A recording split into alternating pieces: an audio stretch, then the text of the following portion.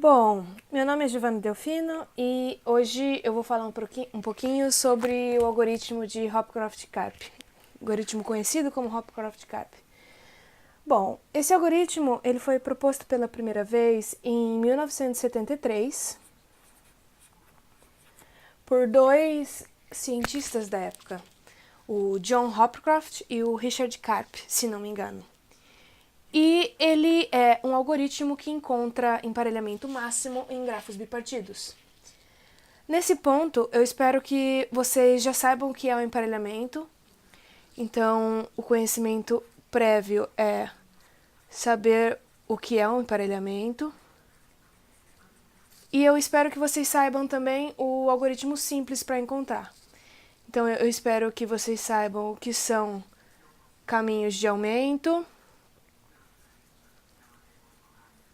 como que você usa esses caminhos para aumentar o emparelhamento, e eu espero que vocês saibam o algoritmo simples.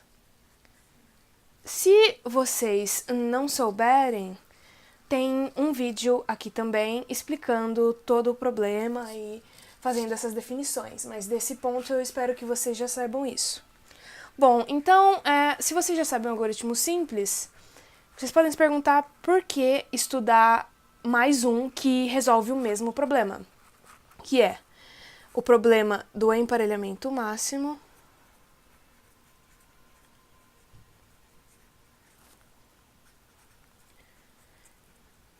em grafos bipartidos.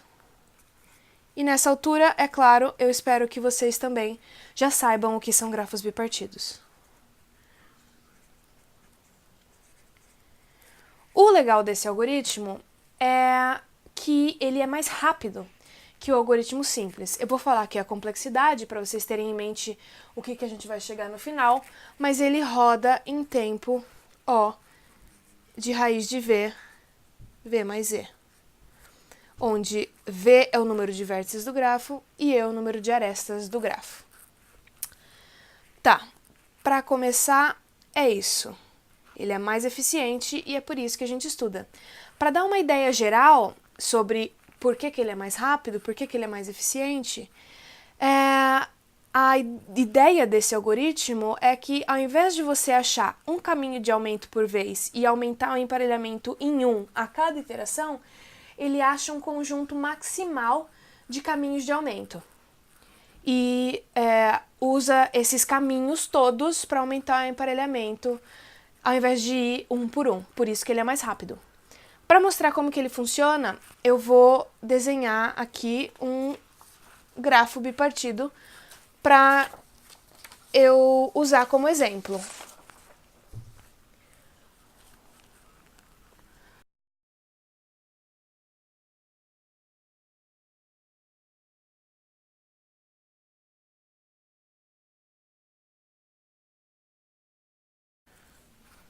Bom, esse é o gráfico que eu vou usar como exemplo.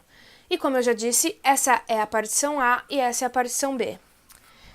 Agora, eu vou marcar em vermelho as arestas desse grafo que eu estou assumindo que já pertencem ao emparelhamento. Então, nesse caso, eu vou começar com um grafo que já tem um emparelhamento parcial, e aí eu vou mostrar como que o algoritmo faz para aumentar. Eu só estou começando com um emparelhamento não vazio para vocês verem qual que é a ideia. Mas vocês vão ver que se você começar com o emparelhamento vazio, vai dar na mesma. Então vamos lá.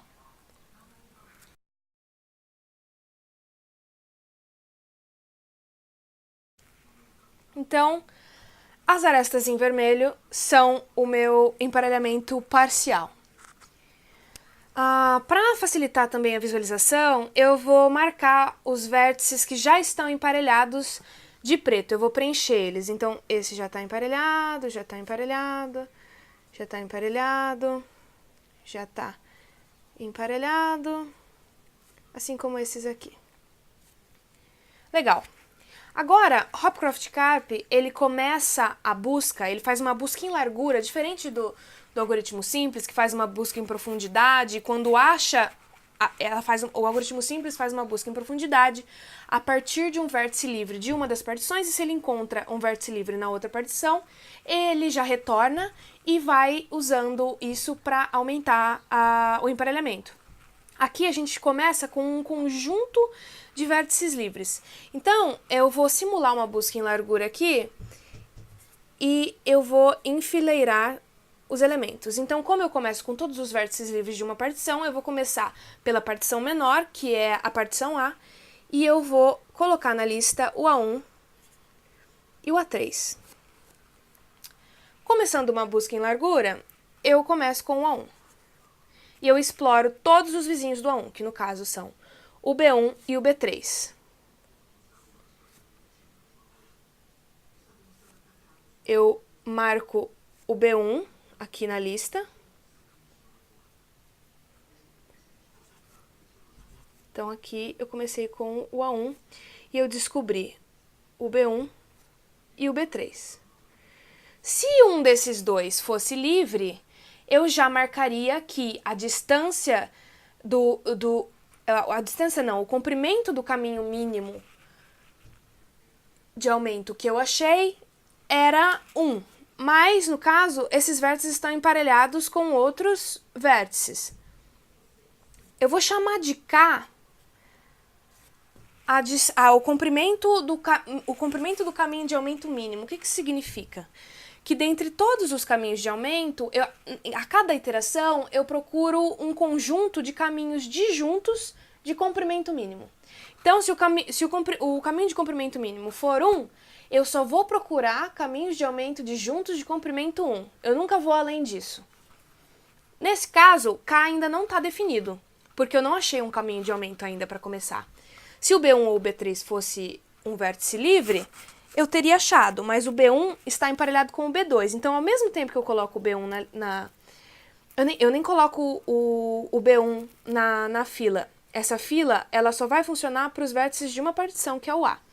O B1, ele está emparelhado, então, com um vértice e o B3 também.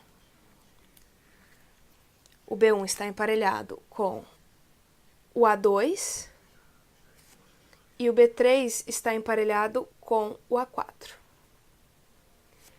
Legal, eu coloquei agora o A2 e o A4 na fila.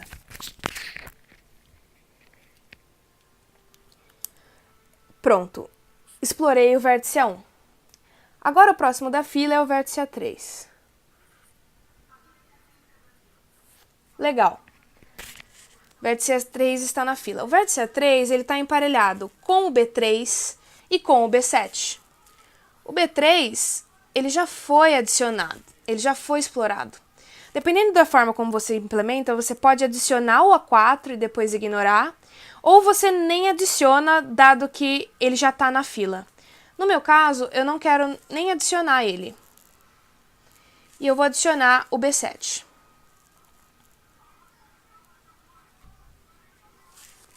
O B7, ele também está emparelhado com o vértice, então eu ainda não encontrei um caminho de aumento. Eu vou adicionar o vértice com que ele está emparelhado, que é o A5. E eu adiciono o A5 na lista. Agora, o A3 já foi explorado. O próximo da lista é o A2, é esse cara aqui. O A2, ele é vizinho do B2 e do B6. Então, eu vou explorar o B2. E, opa, o B2 está livre. Então, eu achei aqui o meu primeiro caminho de aumento. Meu primeiro caminho de aumento, ele tem comprimento 3. Então, eu seto a minha variável K para 3. E eu nem exploro o B2, nem vou para os vizinhos dele, até porque ele não está emparelhado com ninguém. Paro por aqui. O outro vizinho do A2 é o B6.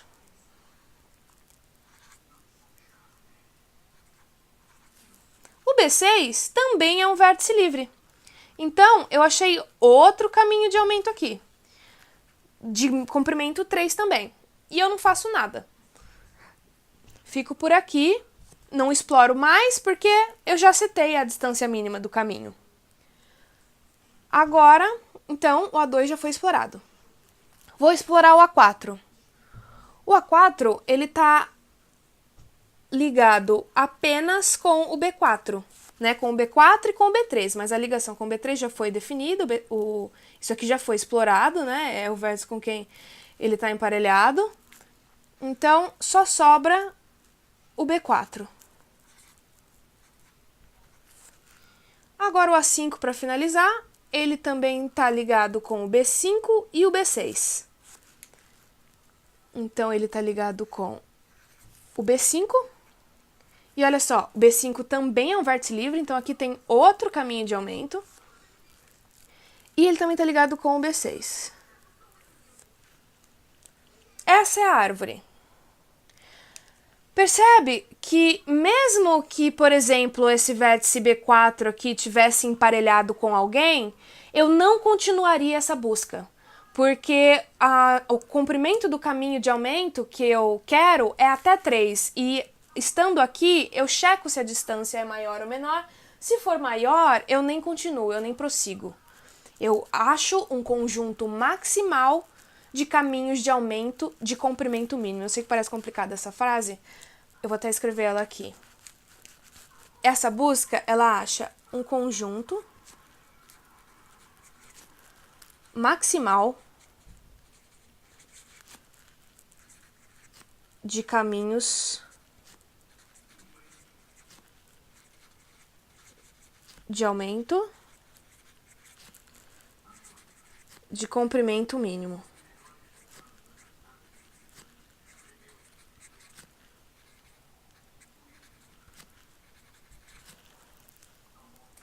É isso aqui que essa busca faz.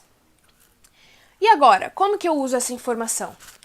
Depois que você fez essa busca em largura e você tem armazenado os caminhos de aumento, da forma como você preferir, depois eu vou fazer a minha implementação de como que eu costumo implementar isso, você vai fazer a busca em profundidade para usar esses caminhos para aumentar o emparelhamento. Então, o que você faz? Se você começa pelo A1, por exemplo, você começa pelo A1 e você acha esse caminho de aumento aqui primeiro. Você marca esse caminho. Legal. Veja que aqui, esse caminho aqui, ele não está mais disponível. Porque esse caminho, ele não é disjunto desse que a gente acabou de achar. Então, é a busca em profundidade que vai usar as informações dos caminhos de aumento que você achou e aumentar o seu emparelhamento usando só caminhos disjuntos. Aí, eu achei este caminho de aumento, vou para esse aqui. Acho esse caminho de aumento. Percebe que esse caminho de aumento aqui, ó, não é mais válido, porque o A3 já está em um caminho. Então, depois que você achou os caminhos de aumento, você usa eles sempre tendo em conta de que eles têm que ser disjuntos. Porque se você esquece disso, pode acontecer de você pegar dois caminhos, por exemplo, esse aqui e esse aqui, usando o mesmo vértice, e aí você vai ter um vértice com duas arestas do emparelhamento incidindo nele. E isso vai contra a própria definição de emparelhamento. Então, tenha isso em mente. Agora eu vou falar um pouquinho de como que eu faço a minha implementação, já que eu acabei de explicar a ideia. Acho que o jeito mais fácil é mostrar o meu código e eu vou falar dele linha a linha. Primeiro, eu vou mostrar para vocês a função que seria o equivalente a BFS, que é essa função aqui. Eu vou até marcar em vermelho que isso aqui é o equivalente a BFS, a busca em largura, que eu acabei de fazer com vocês ali naquela árvore. Então, o que eu faço? Como qualquer busca em profundidade, você tem uma fila, que no meu caso é o kill, e você começa ela com um conjunto vazio. Aqui, no começo, eu seto o K, que é o quê? Que é o comprimento mínimo dos caminhos de aumento que eu achei, eu seto ele como infinito. Então, sempre que o K for infinito, eu sei no meio do meu código de que um caminho de aumento ainda não foi encontrado. Então, isso é o que faz essa linha. Agora eu pego todos os vértices U's que estão em A. E aí eu faço o seguinte, eu uso dois vetores, eu esqueci de contar isso para vocês, MA e MB. Esses vetores são nada mais que a representação do emparelhamento. Então, o MA de um vértice U que pertence a A vai ser igual a ele mesmo, se o vértice for livre, ou vou escrever isso, ou MA de U vai ser igual a um V se U está emparelhado com V.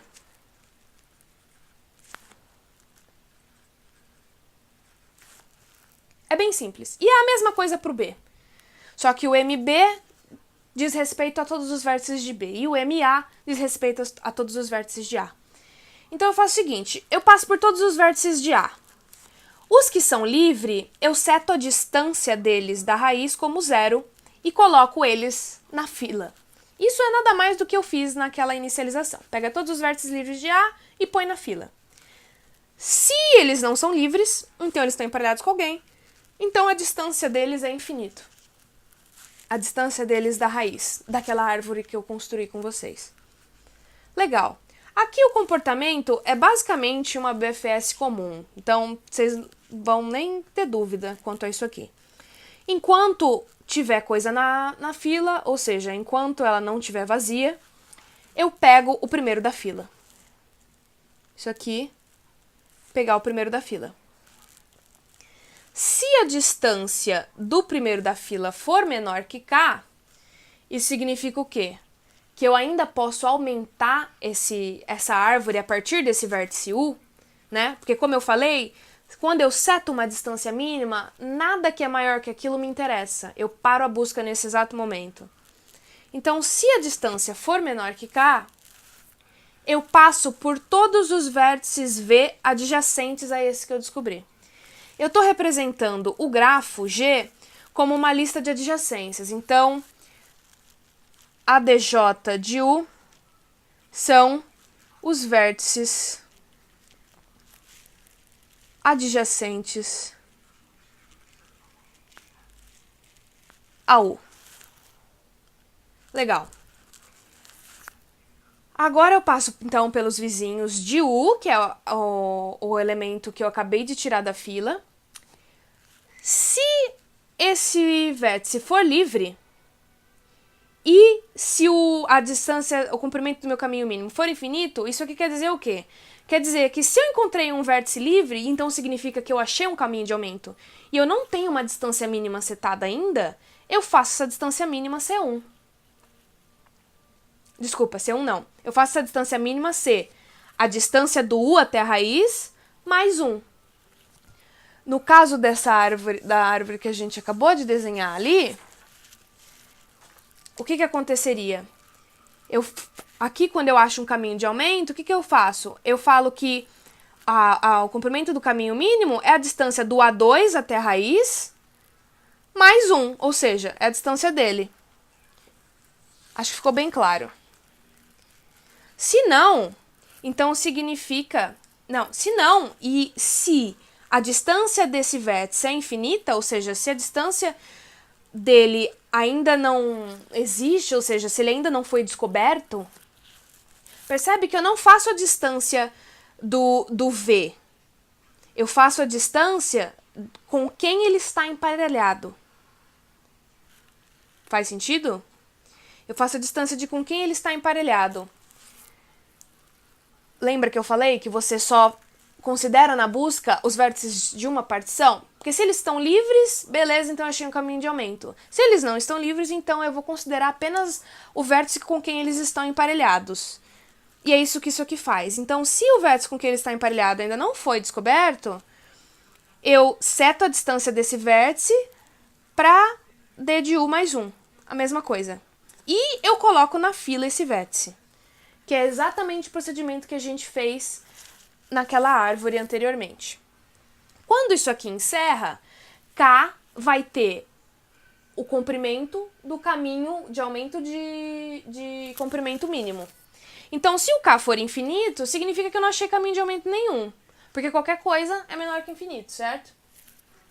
Agora, se for diferente de infinito, ele significa que eu achei alguma coisa. E se eu achei alguma coisa, percebe que esse vetor D, ele guarda de onde que eu tenho que ir e para onde. Então, se eu faço uma busca de profundidade, sendo guiada por esse vetor D, eu consigo achar qual caminho de aumento que foi encontrado na busca em largura. Isso é bem legal, vocês não acham? Então, é isso que isso faz. A função, portanto, ela retorna true or false, se ela achou ou não um caminho de aumento. E se ela achou, de brinde esse vetor D, que você pode definir globalmente, ou passar por referência, ou qualquer coisa que você quiser, esse vetor D vai ter o mapa, vamos dizer assim, para você encontrar esses caminhos de aumento. Eu vou mostrar como encontrar daqui a pouquinho. Vamos lá.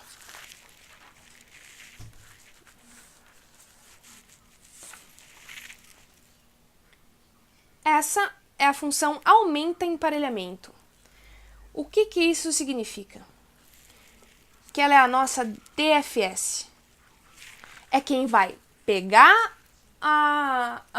o vetor D, vai usar esse vetor D e vai aumentar de fato o emparelhamento. Então, o que ela recebe? Ela recebe o grafo, recebe os vetores MA e MB, conforme eu descrevi anteriormente, e recebe um vértice V para começar a busca. E aí, o que ela faz? Ela pega todos os vértices adjacentes a esse vértice V. Vamos chamar de U o vértice adjacente ao vértice V. Se o MB de U for igual a U, isso significa o quê? Que eu achei um vértice livre, certo? Se eu achei um vértice livre, eu posso simplesmente inverter o emparelhamento. Eu falo que o MA de V é igual a U, o MB de U é igual a V e eu retorno true, significa que eu consegui aumentar o emparelhamento.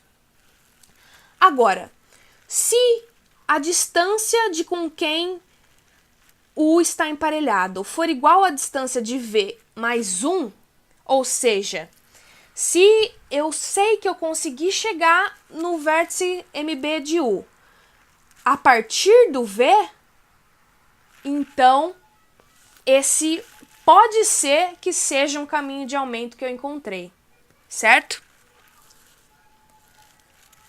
Aí eu tenho que ver se, indo mais pra frente, isso aqui é uma função recursiva. Então eu vou chamando, eu recebo um vértice V.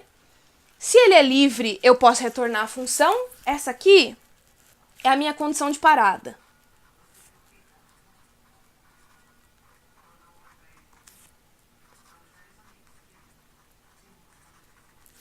Se alguém com quem ele está emparelhado está livre, eu começo a inverter o emparelhamento, aplicar a operação de diferença simétrica e eu retorno true. Se não, eu vejo se é possível chegar nesse vértice adjacente a partir de V na busca que eu fiz, na busca em largura que eu fiz anteriormente, usando esse vetor D. E se eu, chamando a função de aumento e emparelhamento, para com quem esse vértice está emparelhado, der verdadeiro, ou seja, indo por esse caminho, ou seja, a partir do V, eu pegando um vértice adjacente a ele, indo com quem ele está emparelhado, se eu continuar esse caminho, eu conseguir achar um caminho de aumento, então isso significa, essa aqui é a volta da recursão, certo? Aqui dentro eu estou chamando a função e aí aqui eu estou voltando. Então, a partir daqui, eu posso fazer a mesma coisa, desinverter. Só que essa é a condição de parada, que é livre, e esse aqui é uma condição qualquer do meio do processo. E mais uma coisa importante que faz tudo funcionar e faz aquele truque que eu falei, que é você não poder pegar dois caminhos que intersectam. Ou seja, para você garantir que os caminhos que você está pegando são disjuntos. Quando você volta da recursão aqui, o algoritmo muda a distância de V, que é o vértice que eu recebi como parâmetro, para infinito.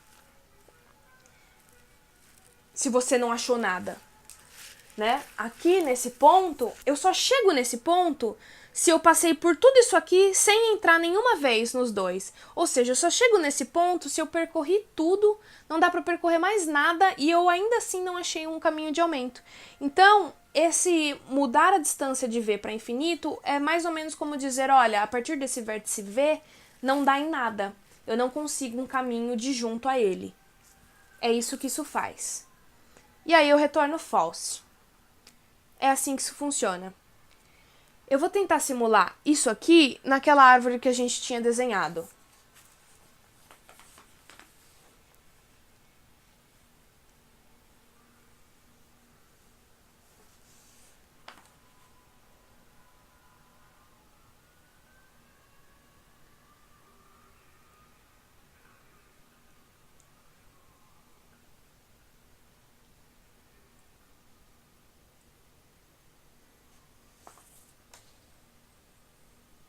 Aqui. Vamos supor que a gente começou aqui com o A1.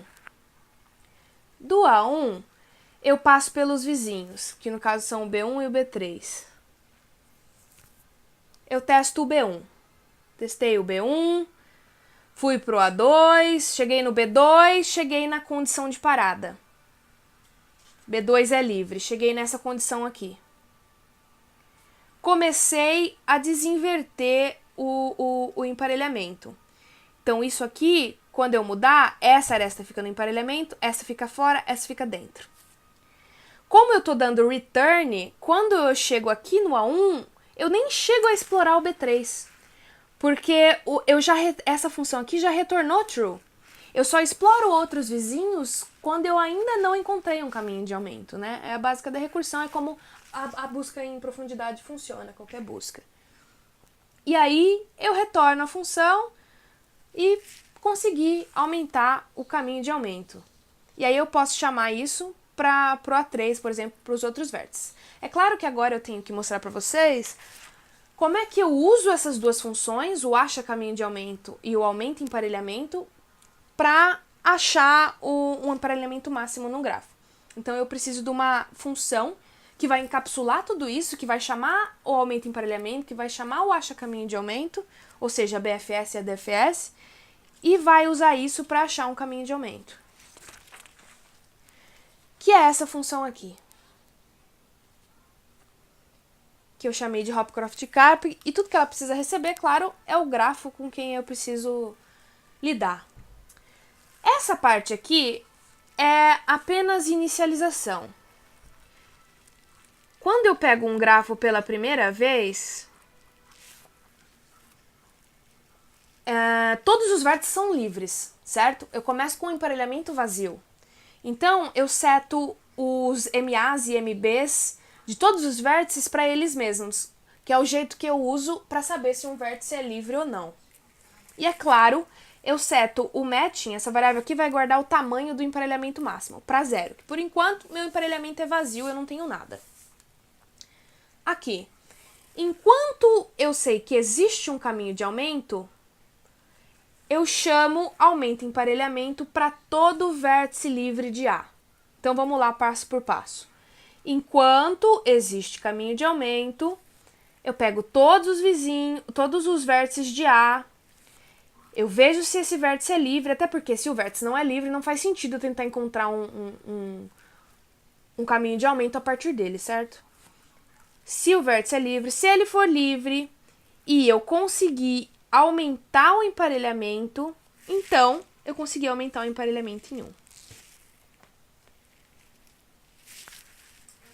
Percebe que aqui, pela forma como a gente fez a busca em largura e a busca em profundidade, a cada iteração dessa, essa parte aqui, acha caminho de aumento, ela custa O de V mais E, certo?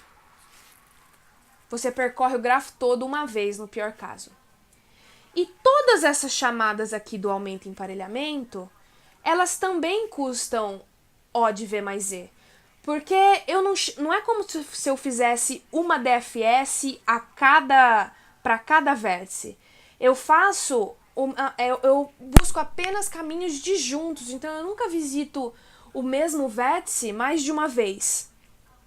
Por isso que todas as chamadas dessa função aqui custam também O de V mais E.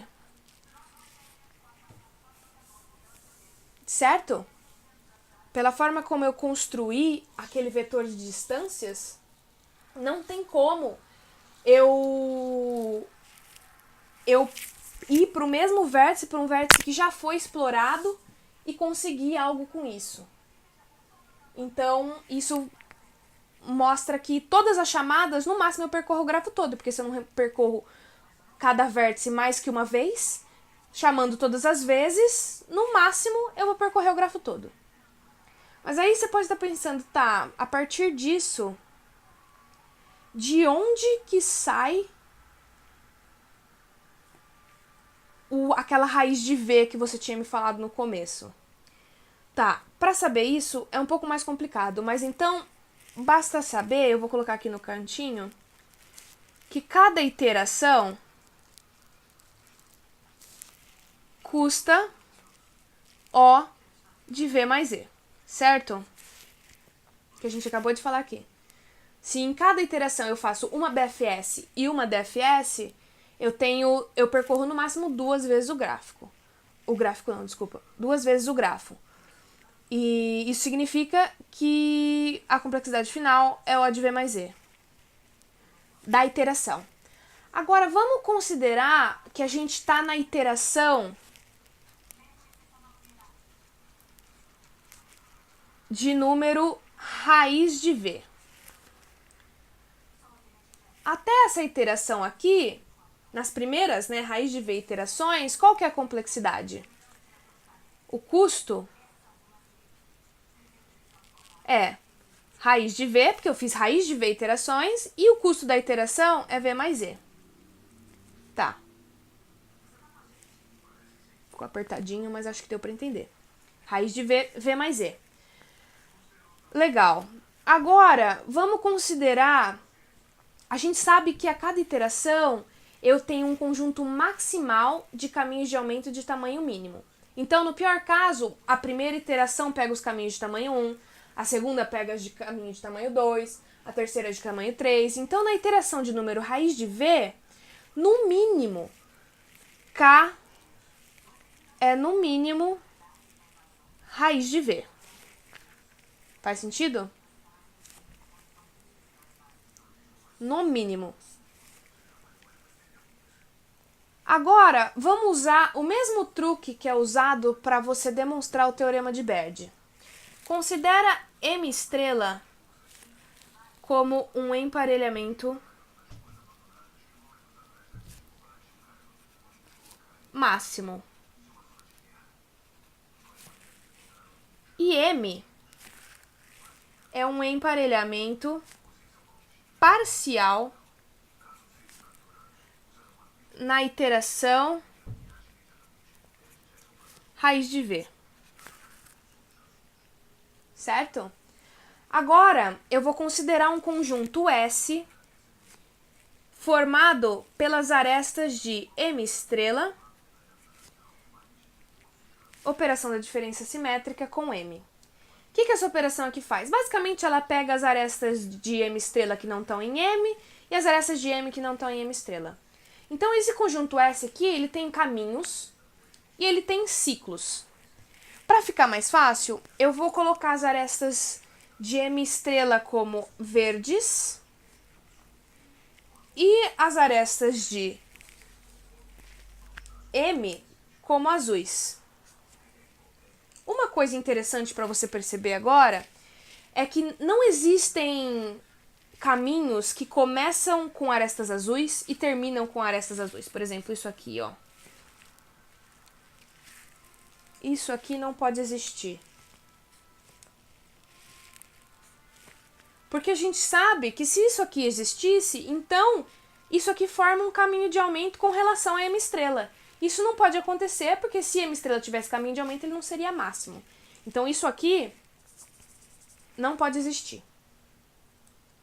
E claro, nem precisa de muito, né? A gente está falando de grafos bipartidos e de emparelhamentos. Não pode ter ciclos ímpares. Se tiver um ciclo ímpar aqui, por exemplo, isso e isso. Esse vértice aqui, ele teria duas arestas do mesmo emparelhamento incidindo nele. Aí, por definição, não seria um emparelhamento. Então, não pode formar ciclos ímpares.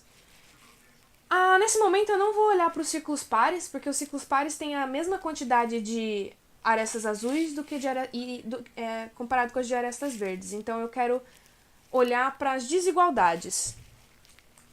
Considera agora uma diferença que eu vou chamar de D. D vai ser a diferença entre o tamanho do emparelhamento ótimo com o tamanho do meu emparelhamento parcial. Isso aqui mostra o quê? O quanto que eu preciso aumentar o meu emparelhamento parcial ainda para que ele seja ótimo. Então, se isso aqui for zero, significa que na iteração de raiz de n acabou, o meu emparelhamento é máximo e aí, por definição, a complexidade é essa aqui. E aí acabou. Então, sem perder de generalidade, vamos assumir que isso aqui é maior do que zero, ou seja, eu ainda não tenho um emparelhamento máximo, eu preciso melhorar ele ainda. Se isso aqui for maior que zero, a pergunta que a gente tem que fazer é qual é o máximo disso? Mas a gente tem como saber isso. Porque a gente sabe que na iteração raiz de n, o caminho de aumento mínimo, ele tem, no mínimo, raiz de v arestas. Raiz de v de comprimento. Então, esse d aqui tem que ser menor ou igual que raiz de v. Se isso aqui for maior que raiz de v, é como se eu precisasse de mais vértices do que tem no grafo para fazer isso, né? Isso aqui, vamos deixar mais claro. Esse valor D aqui, ele representa a quantidade de caminhos nesse S que começam e terminam com arestas verdes. Então, ele representa esse caminho aqui, ó. Verde, verde e um azul no meio. Ou seja, são caminhos que começam e terminam com arestas verdes e que, portanto, representam um caminho de aumento com relação ao meu emparelhamento parcial. Ou seja, esse caminho aqui ainda precisa ser encontrado para que eu aumente o meu emparelhamento. São caminhos desse tipo que são representados por esse D. Esse D é o número de caminhos desse tipo que existem.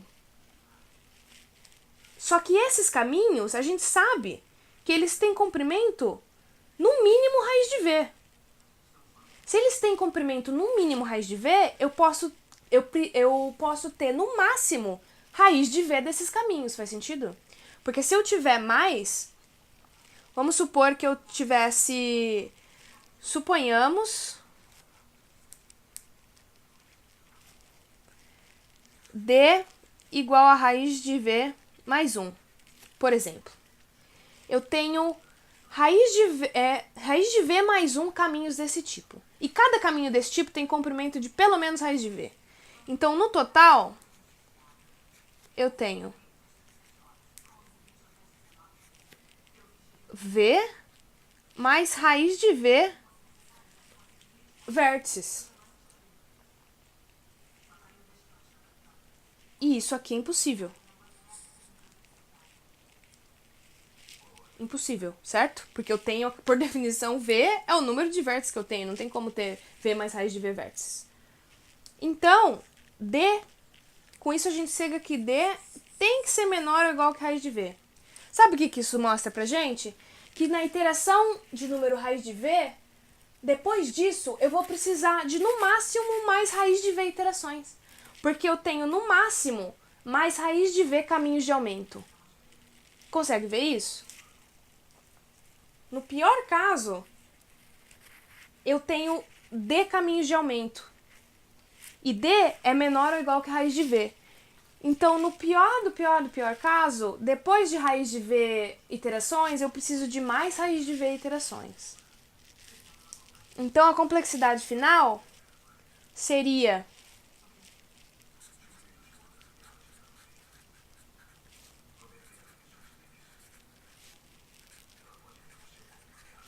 seria O de 2 raiz de V, né? Porque depois das raízes de V primeiras eu posso ter no máximo mais raiz de V.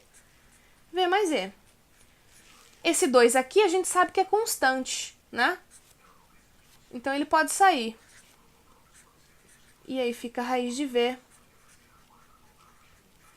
V mais E, a complexidade final. Bom, gente, é isso. Eu espero que vocês tenham entendido. Eu tô deixando na descrição desse vídeo o link para os meus códigos feitos em C++, sem ser em pseudocódigo, para caso vocês queiram dar uma olhada, tirar alguma dúvida. Tô deixando também o link para minha monografia, onde eu explico esse algoritmo e alguns outros. E espero que vocês tenham gostado. E é isso.